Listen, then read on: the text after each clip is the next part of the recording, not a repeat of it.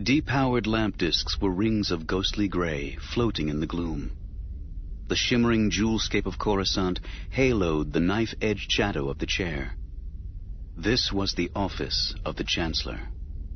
Within the chair's shadow sat another shadow, deeper, darker, formless and impenetrable. An abyssal umbra so profound that it drained light from the room around it, and from the city, and the planet, and the galaxy. The shadow waited. It had told the boy it would. It was looking forward to keeping its word. For a change. Night held the Jedi Temple. On its rooftop landing deck, thin yellow light spilled in a stretching rectangle through a shuttle's hatchway, reflecting upward on the faces of 3 Jedi Masters. I'd feel better if Yoda were here. This master was a nautiloid, tall and broad-shouldered, his glabrous scalp tentacles restrained by loops of embossed leather. Or even Kenobi. On Ord Cestus, Obi-Wan and I. Yoda is pinned down on Kashyyyk, and Kenobi is out of contact on Utapau. The Dark Lord has revealed himself, and we dare not hesitate. Think not of if, Master Fisto. This duty has fallen to us. We will suffice. This master was an Iktachi, shorter and slimmer than the first. 2 long horns curved downward from his forehead to below his chin. One had been amputated after being shattered in battle a few months before. Bacta had accelerated its regrowth, and the once maimed horn was now a match to the other. We will suffice, he repeated.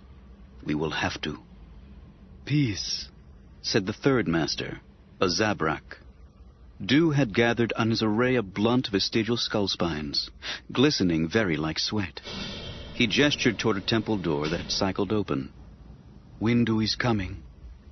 Clouds had swept in with the twilight, and now a thin drizzling rain began to fall. The approaching master walked with his shaven head lowered, his hands tucked within his sleeves. Master T and Gate Master Jurok will direct the temple's defense, he said as he reached the others. We are shutting down all nav beacons and signal lights. We have armed the older Padawans, and all blast doors are sealed and code-locked. His gaze swept the masters. It's time to go. On Skywalker? The Zabrak master cocked his head as though he felt a distant disturbance in the force. What of the Chosen One? I have sent him to the council chamber until our return. Mace Windu turned a grim stare upon the High Council Tower, squinting against the thickening rain. His hands withdrew from his sleeves. One of them held his lightsaber. He has done his duty, masters. Now we shall do ours. He walked between them into the shuttle. The other 3 masters shared a significant silence. Then Agen Kolar nodded to himself and entered. Saesee Tiin stroked his regrown horn and followed. I'd still feel better if Yoda were here, Kit Fisto muttered, and then went in as well.